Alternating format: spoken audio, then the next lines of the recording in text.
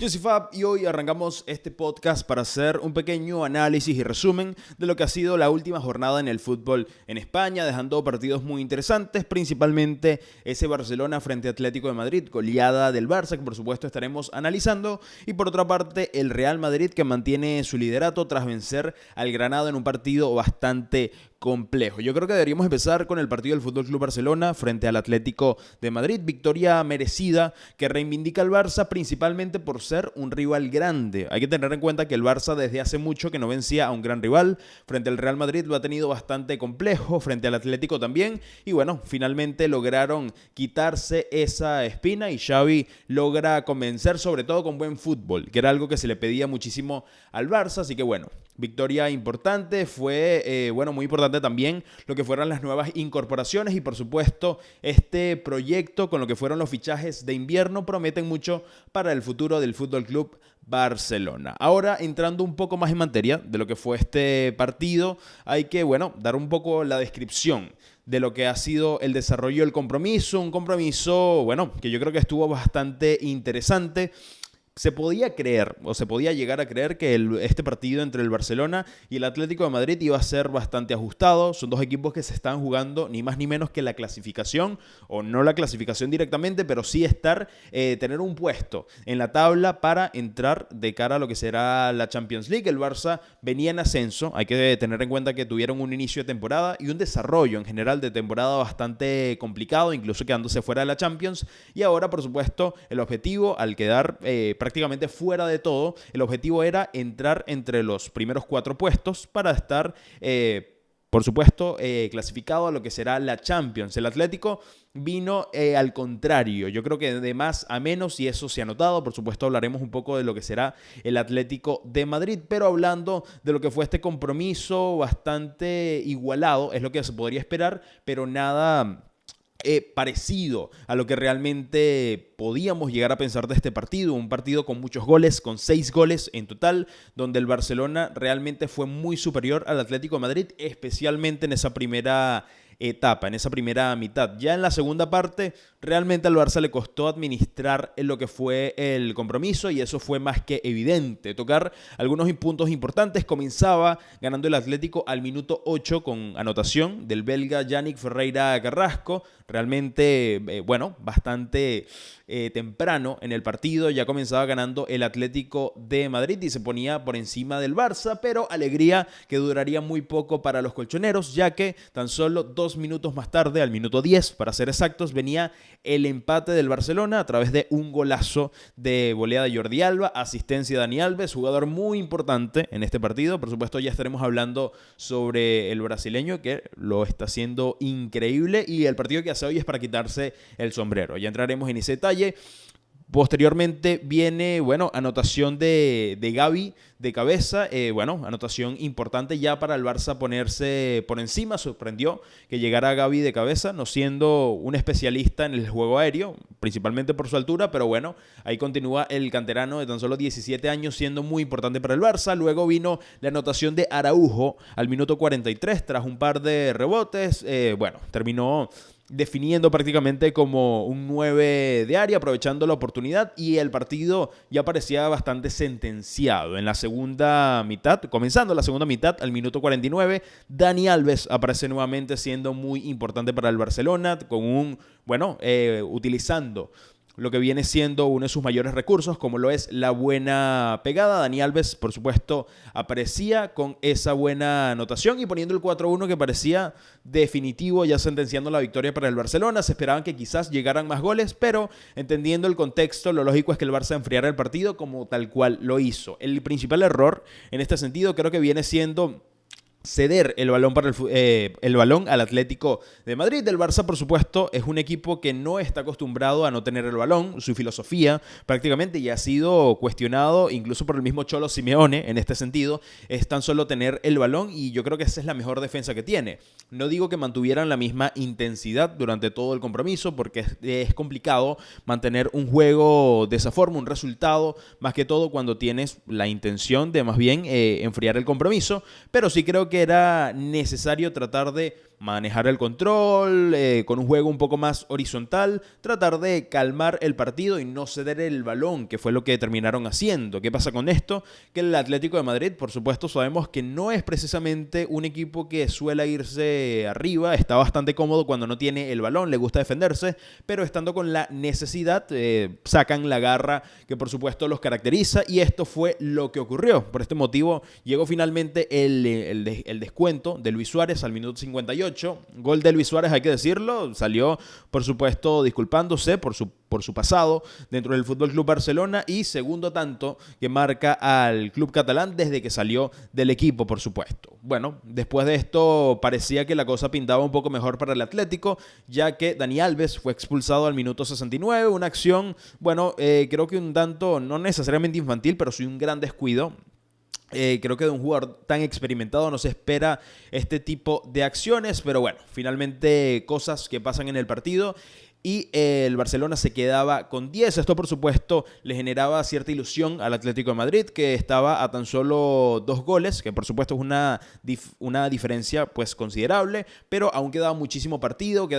Estaban a 2 goles para empatar al Barcelona y tenían un jugador más en cancha. Esto se notó totalmente. El Barcelona empezó a hacer cambios, entró Aubameyang, salió Adama Traoré, empezaron a meter nuevas piernas, pero el marcador finalmente no se movió. Se mantuvo 4-2 y de esta forma culminó. Yo creo que de este partido se pueden sacar muchas cosas, pero analizando equipo por equipo, bueno, hay que empezar por el Atlético de Madrid, quien empieza a dejar muchas dudas, hay que decir.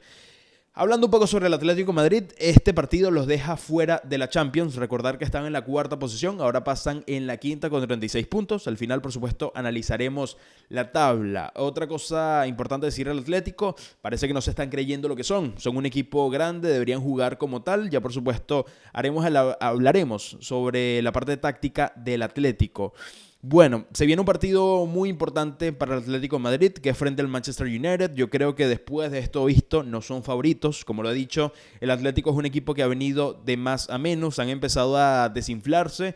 Yo pienso que en esta temporada no optan por ningún título, no los veo en lo absoluto levantándose por la liga. Sí, quizás luchando para entrar entre los puestos de Champions, pero de ahí en más no lo creo. En cuestión de Champions lo tienen bastante complejo. El Manchester United tampoco es un equipo que atraviesa su mejor situación, pero de cara a lo que es el ataque, el buen fútbol, realmente les veo muchísimo más. Y bueno, yo creo que su gran problema está en el juego, y esto es lo que preocupa. Cuando le falta fútbol a un equipo es bastante complejo.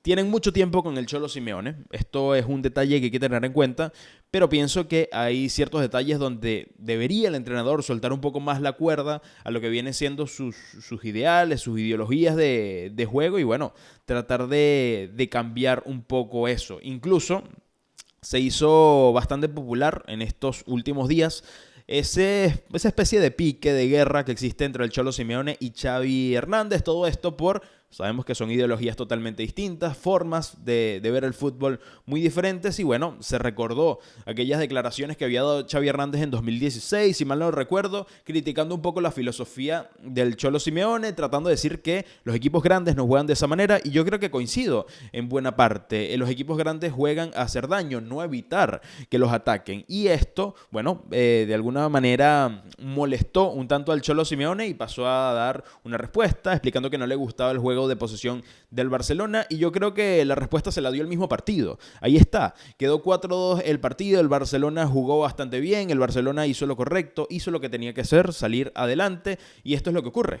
Cuando un equipo sale a atacar, marca 4 goles, y cuando el otro marca la necesidad, con suerte hace 2. No digo en lo absoluto que el Barcelona sea la referencia máxima dentro del fútbol en este momento, incluso la han pasado muy mal en esta temporada, y no estamos hablando ni de cerca de aquel gran equipo que llegó a ser, pero sí pienso que en comparación al Atlético de Madrid es un equipo que apuesta al ataque, es un equipo que trata de mantenerse fiel a los valores de lo que debe ser un equipo grande, un equipo que se cree grande, a pesar de que no atraviesa su mejor situación, y creo que esto es lo que le falta al Atlético. Tienen realmente grandes problemas. El aporte del Cholo al Atlético en su momento fue muy importante, esto hay que decirlo, y esta filosofía de lucha, de guerra, de quizás cerrar un poco más los espacios y no apostar tanto por el ataque, ha sido muy importante para el Atlético y ha sido prácticamente un sello durante más de 10 años. Sin embargo, estamos hablando de un contexto muy diferente si comparamos el actual a cuando el Cholo agarra al Atlético de Madrid. Era un equipo bastante débil,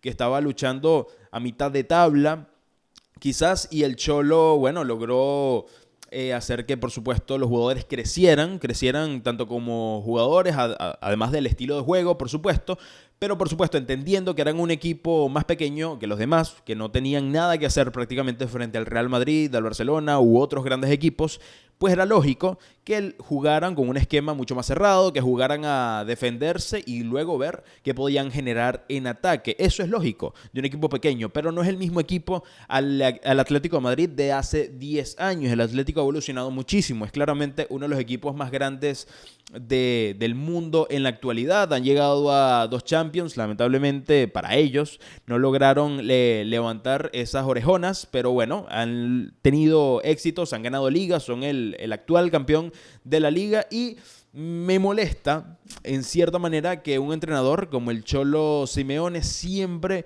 dé el discurso de equipo pequeño, siempre se trata de encajar de cierta manera como el que está en desventaja, el que debe tratar de protegerse de su rival, teniendo en cuenta que el Cholo Simeone es ni más ni menos que el entrenador que gana más dinero en el mundo, es el entrenador mejor pagado del mundo. Por este motivo es complicado ya verlo con los mismos ojos. El Atlético debe evolucionar y realmente mi opinión con todo esto es que si no logran una evolución en su juego, si el Cholo no está dispuesto a hacer cambios, yo creo que lo mejor para el Atlético de Madrid es que, bueno, finalmente busquen otro entrenador, los ciclos deben acabar.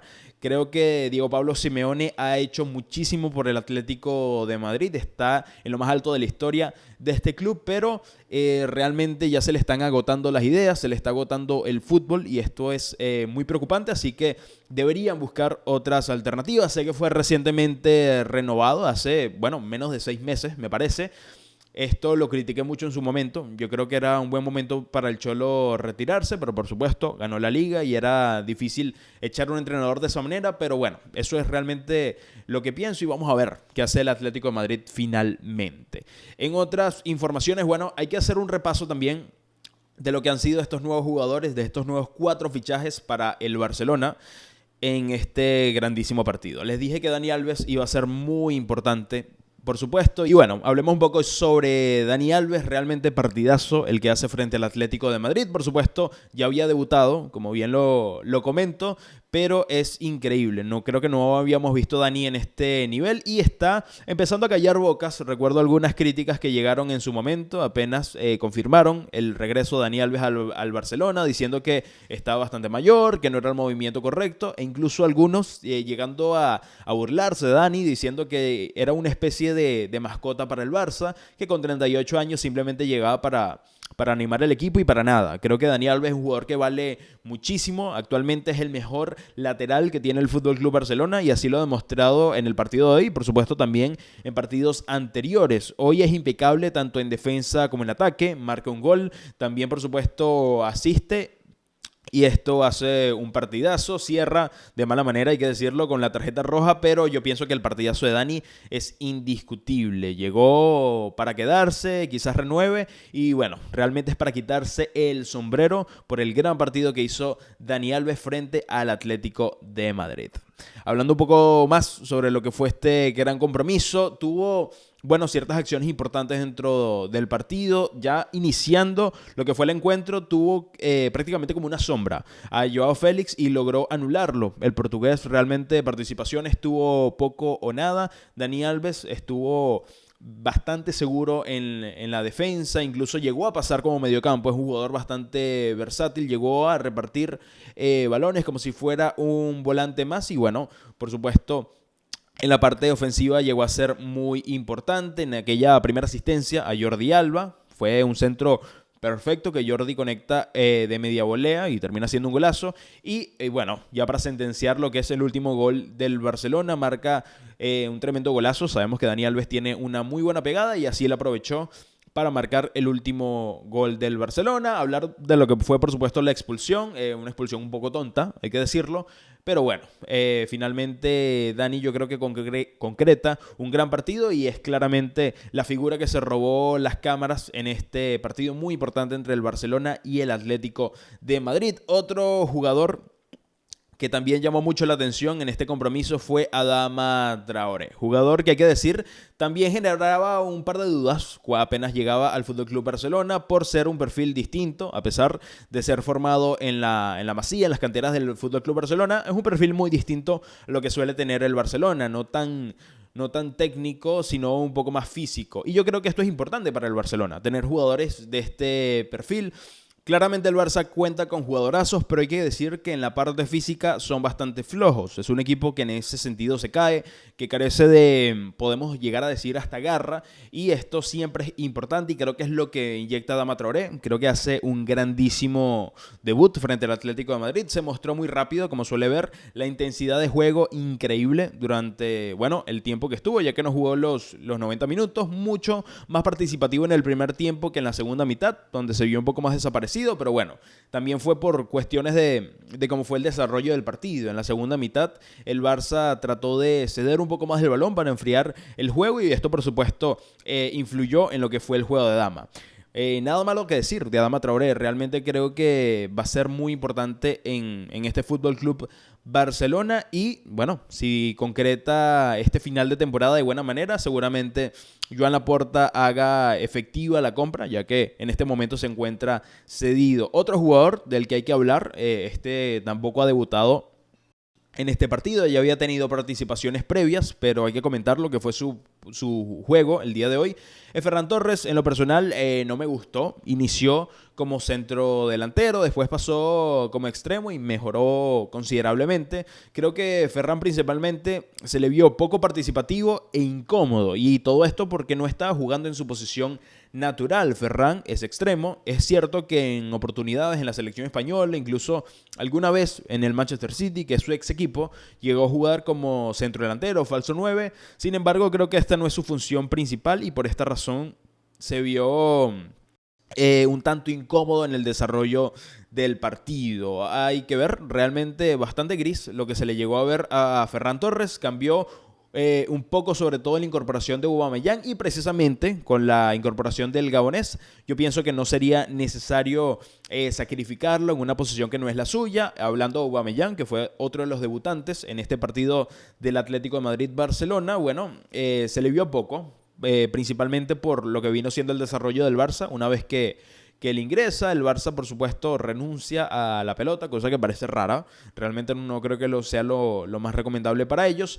Y por otra parte, los ataques empezaron a ser mucho menores, tuvo pocas participaciones, pero creo que para lo que serán los próximos partidos deberían utilizarlo a él como referente, como centrodelantero referente, y por supuesto Ferran Torres en posiciones donde se sienta más cómodo, como puede ser la de extremo. Por último, aquí no necesariamente hablando de los nuevos, pero sí jóvenes de los cuales se han hablado mucho en el Barça últimamente.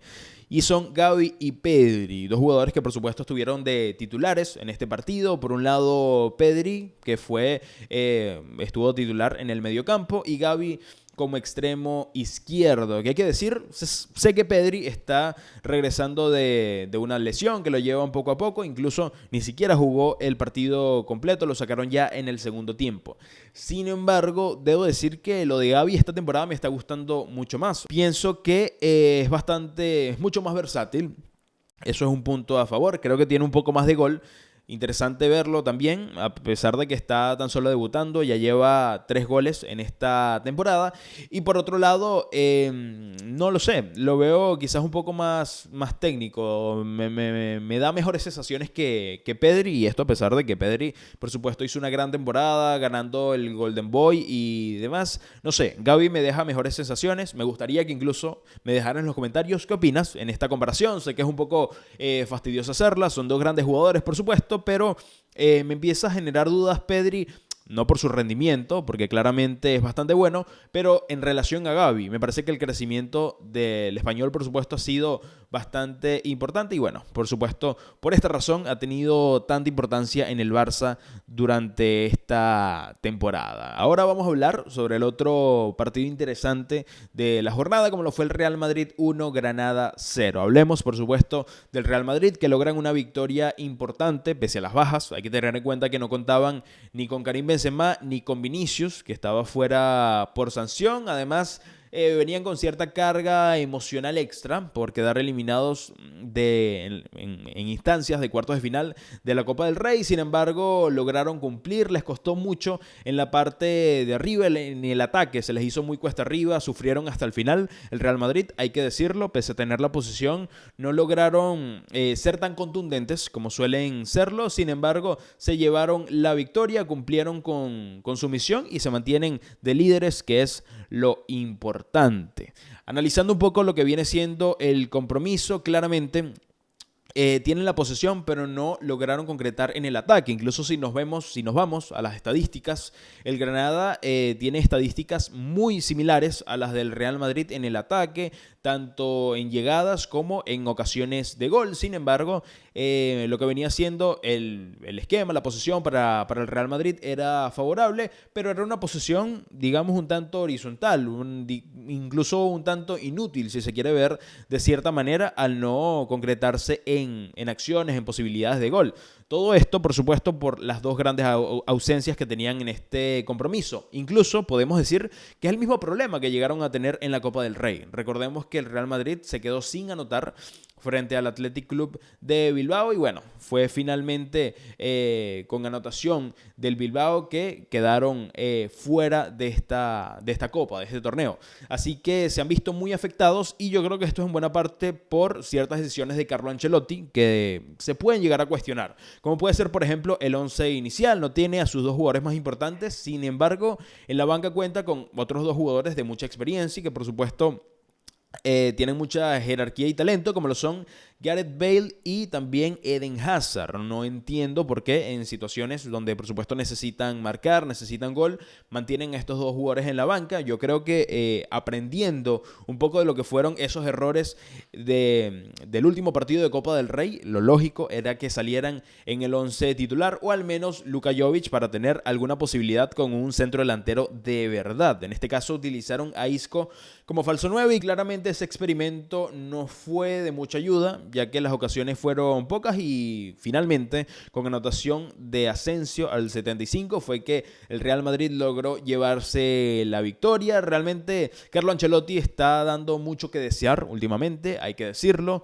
Es un entrenador que venía haciendo las cosas bastante bien y al cual hay que reconocerle muchísimo por lo que ha venido siendo su trabajo. Ha venido en constante crecimiento. Y esto, bueno, por supuesto se muestra en los resultados. Es un entrenador que pese a no contar con grandes fichajes, porque el Real Madrid prácticamente ni ha fichado en lo que ha sido las últimas temporadas, ha trabajado, bueno, apenas con lo que tiene y llegó a sacar resultados y sigue sacando resultados. Sin embargo, parece que tan solo cuenta con 11 jugadores. Los que están en la banca son prácticamente invisibles para él y le cuesta trabajar fuera de lo que vienen siendo los principales y, por supuesto, esto afecta en todos los sentidos. Cuando hay grandes bajas, por supuesto, suele generar ciertos problemas al momento de tener compromisos. Por supuesto, al no tener a Karim Benzema ni a Vinicius, que son sus grandes referentes en esta temporada, claramente se van a ver problemas en el ataque. Sin embargo, yo creo que es su trabajo tratar de hacer ciertas rotaciones. El Real Madrid no es un equipo que se ha caracterizado por hacer rotaciones en esta temporada y yo creo que esto es algo positivo, tanto para dar descanso a los habituales como también mantener capacitados a aquellos que no tienen tanto juego para este tipo de ocasiones. Creo que este tipo de ocasiones son para jugadores como Hazard, como Bale, como Jovic, que no habían tenido muchos minutos, ya sea por indisciplinas, que sabemos que existieron, ya sea por cierta falta de rendimiento. Sin embargo, cuando la temporada es tan larga, tienen que contar con todo y por supuesto es importante tener a todos los jugadores en su mejor momento. Sin embargo, como buen dato positivo para el Real Madrid, hay que decir, cuentan con sus grandes estrellas o llegan sus grandes estrellas bastante frescos para ese enfrentamiento ante el Paris Saint-Germain en octavos de final de la Champions. Bueno, ya veremos finalmente cómo se desarrolla esto. Por último, hay que hablar un poco sobre la tabla de posiciones, haciendo un pequeño repaso de lo que viene haciendo esto, donde se encuentra, por supuesto, el Real Madrid en la primera posición con 53 puntos, segundo se encuentra el Sevilla con 47 puntos, tercero el Betis